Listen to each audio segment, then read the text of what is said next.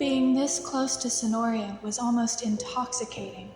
Her scent, her touch, the soft way she spoke to him, it was nearly enough to drive Delisle into a frenzy. His dragon instincts wanted to claim her right then and there, to keep her to himself, bend her over his desk but his rational mind knew that he needed to wait in order to avoid Danciel's suspicion. Gods, he wanted her so badly that it was nearly a burning desire. A possessive growl rose in Delisle's throat at the thought of his older brother claiming Sonoria before he could, his arms tightening around her in a possessive hold. As if reading his thoughts, Sonoria presses closer against him, a fond smirk tugging at her scarlet lips as she reached a hand up to caress his cheek. "Don't worry, mon Dieu," Sonoria tells him in a soft tone, a warm energy surrounding them and filling Delisle with an urge to protect this enigmatic woman. "He won't get a real chance at my heart. Danciel doesn't have the capacity." She said it with such certainty that Delisle couldn't help relaxing his hold on her just a bit. He looked down at her with an affectionate gaze, his forest eyes dark with possessiveness. A faint smirk tugged at his lips as he gazed down at her. "And you think I do, my queen?" Sonoria glanced over Delisle with an analytical gaze, warmth and fondness in her chocolate eyes. She seemed to be looking into him, a strange mixture of depth and distance behind her eyes as she regarded him. After a moment, the fond smirk on her lips grew more genuine, her voice coming out, soft and observant. "I think you might. We'll have to see. Only time will truly tell."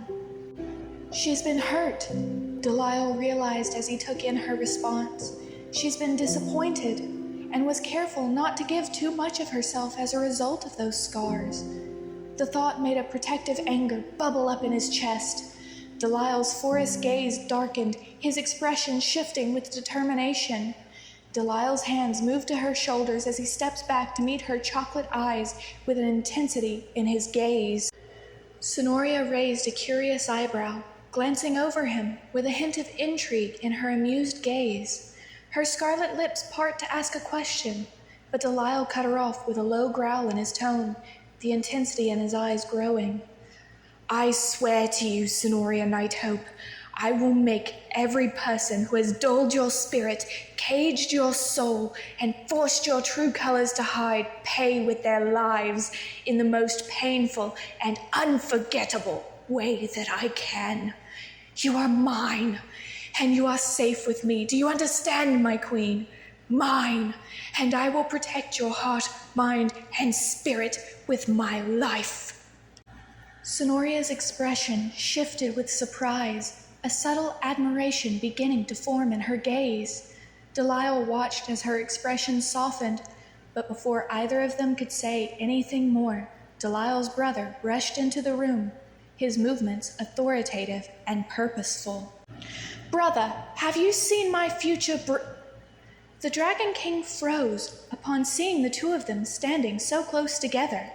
His gaze became guarded and possessive, his emerald eyes narrowing intensely. "What's going on here, Delisle?" Delisle had to suppress a possessive growl at the sight of his brother's gaze on Sonoria, but before he could respond, Sonoria stepped forward with a confident smile. "It's all right, mon chéri Danciel," she told the Dragon King in a smooth and confident tone, placing a gentle hand on his arm. "I got a bit lost attempting to find the study again. Your dear brother invited me to borrow his instead. Quite kind of him." The sight of Sonoria touching another man sent a pang of jealousy through Delisle, but he pushed it aside, knowing that she was only playing along for the sake of their mission. Danciel studied her confident expression with an unreadable gaze before his emerald eyes flick over to Delisle, who was also wearing an unreadable expression. The two brothers stare each other down with narrowed eyes and intense gazes, as if each were staking a claim over the eccentric and intelligent woman. Several beats of silence pass as the brothers study each other intensely before the Dragon King turns his gaze back to Sonoria. Come with me, little adventurer, he commands in an even and authoritative tone. You'll need to dress in something more formal for your performance this evening. Sonoria's chocolate gaze snapped towards the Dragon King with guarded disbelief. What performance? You'll be singing at a dinner party for the introduction of the new Pope this evening, Danciel told her evenly as he placed a hand on the small of her back. As he led her out of Delisle's study, Danciel shot his brother a glare of warning. To present you as my future bride.